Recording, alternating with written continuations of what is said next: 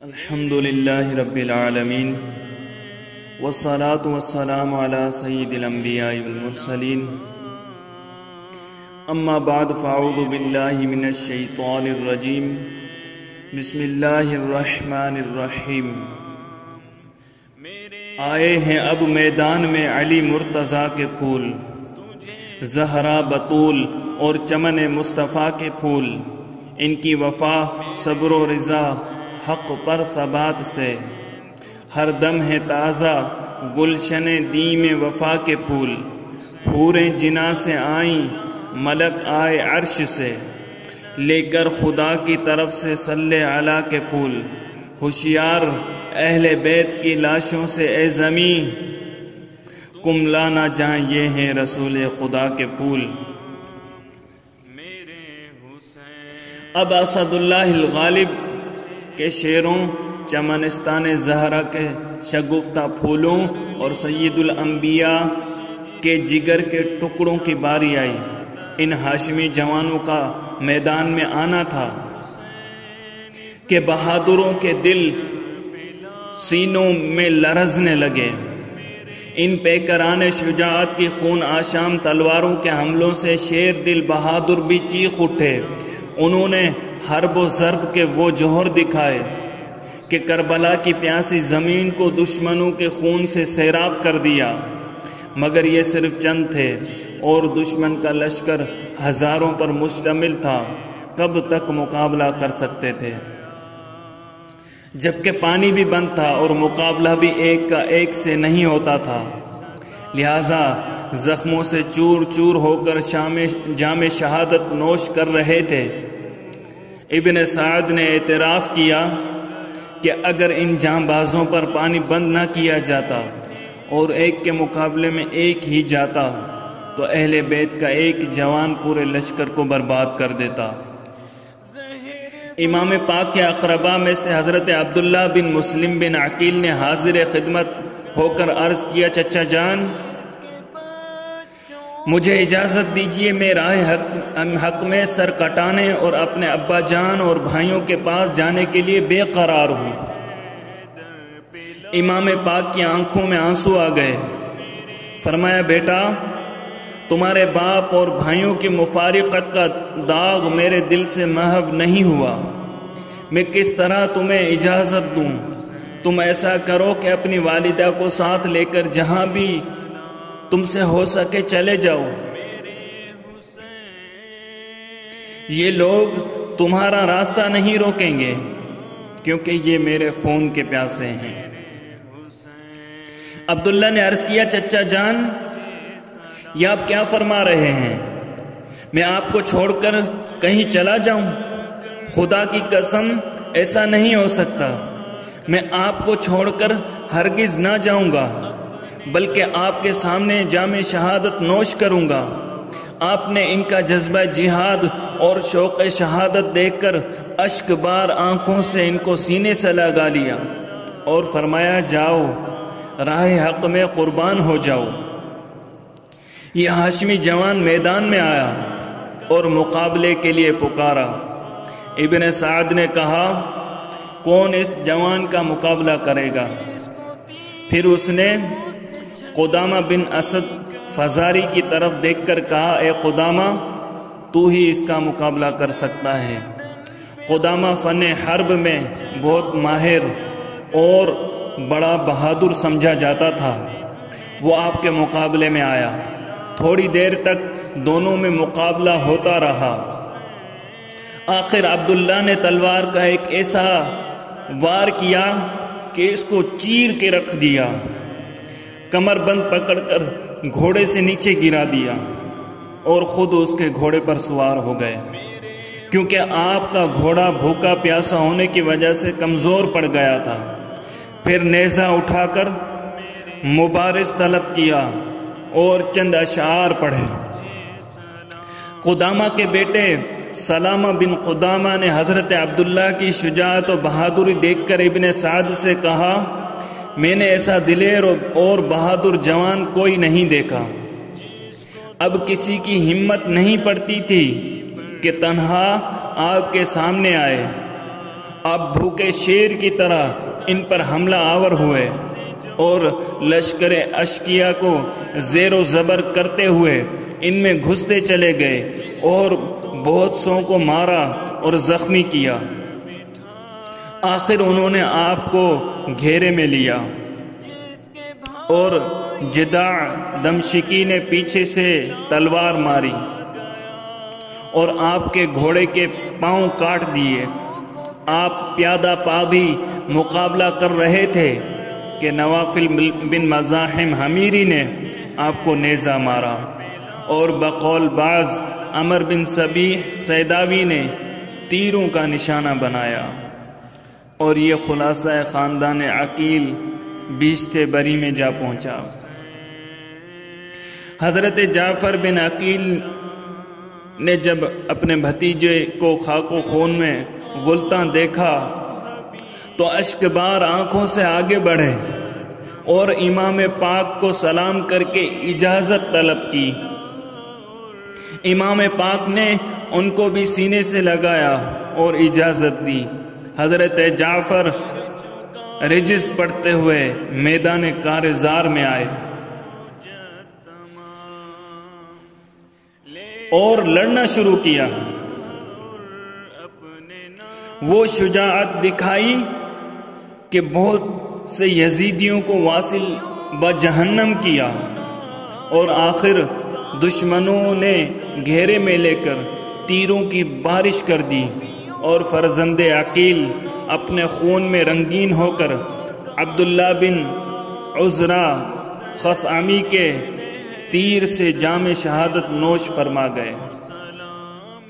حضرت عبد الرحمن بن عقیل نے جب اپنے بھائی کو نیم بسمل دیکھا تو بےتاب ہو گئے اور شیر کی طرح میدان میں کود پڑے اور شجاعت کے وہ جوہر دکھائے کہ خون اشقیاء سے میدان کارزار لالازار بنا دیا۔ آخر عثمان بن خالد جوہنی اور بشر بن سوت ہمدانی کے ہاتھوں سے جام شہادت نوش کیا۔ دونوں بھائیوں کی شہادت کے بعد حضرت عبداللہ بن عقیل آگے بڑھے اور امام سے اجازت طلب کی۔ امام پاک نے فرمایا اگر تمہارا یہی مقصد ہے اور تم سب نے یہی ٹھان لی ہے کہ میدان جنگ میں ایک ایک عزیز کے مجروح و مقتول ہونے کو میں اپنی آنکھوں سے دیکھوں اور فراق کے صدمے بھی سہوں تو میں اس کے لیے بھی حاضر ہوں۔ حضرت عبداللہ نے کہا ہم نے یہ عہد کیا ہے کہ جب تک ہم میں سے ایک ناصر بھی باقی رہے اس وقت تک امانت رسول حضرت حسین کے ناخن پا تک بھی دشمنوں کو نہ آنے دیں۔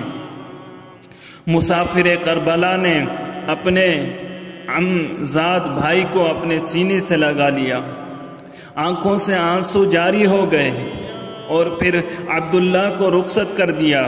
میدان قتال میں آ کر عبداللہ نے تلوار بلند کی اور ہاشمی شجاعت کے جوہر دکھائے۔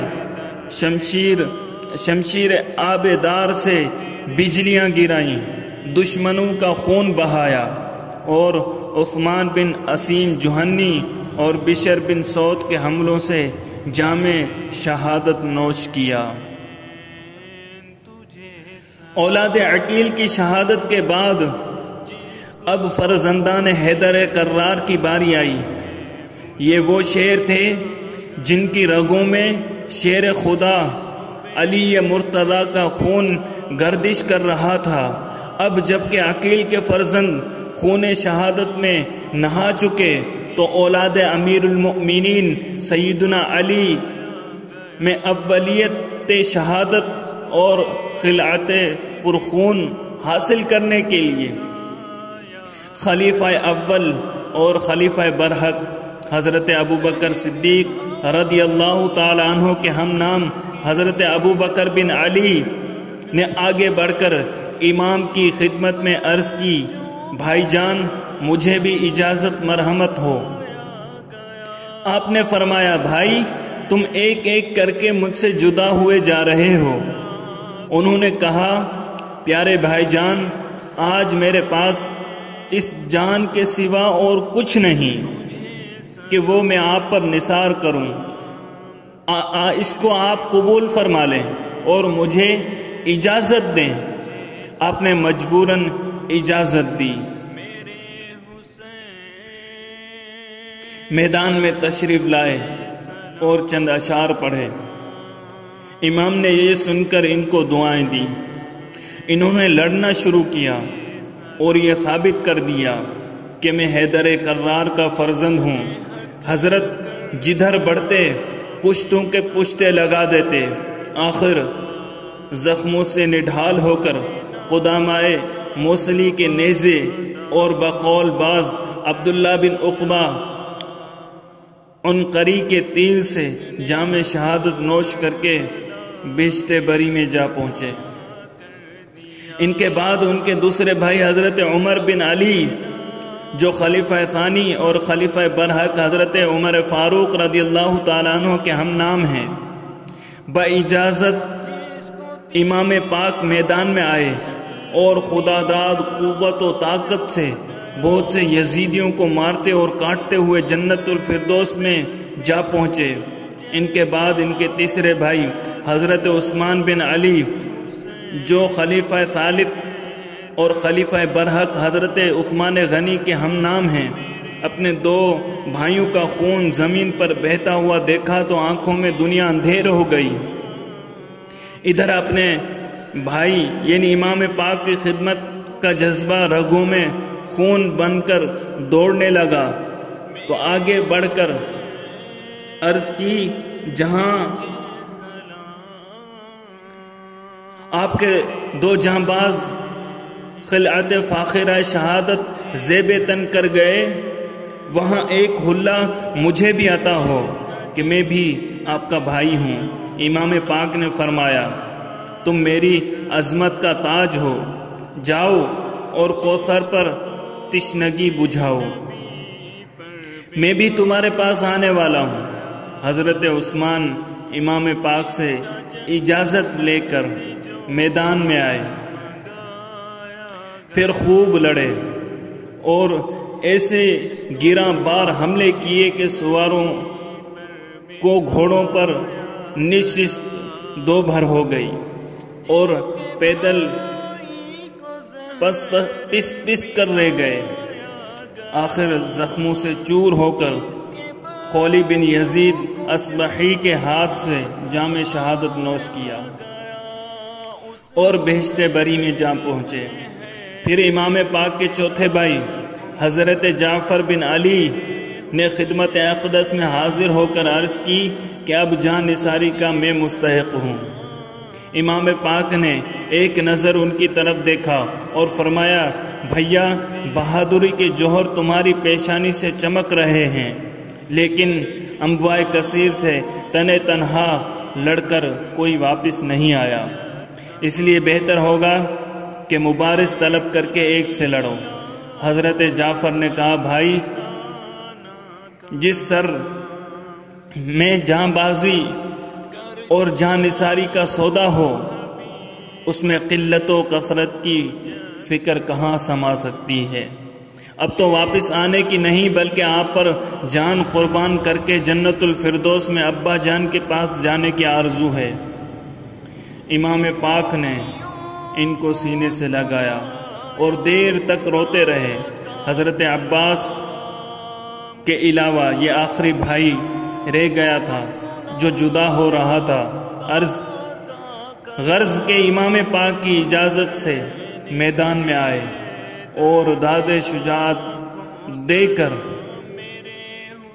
بہشت بری میں جا پہنچے۔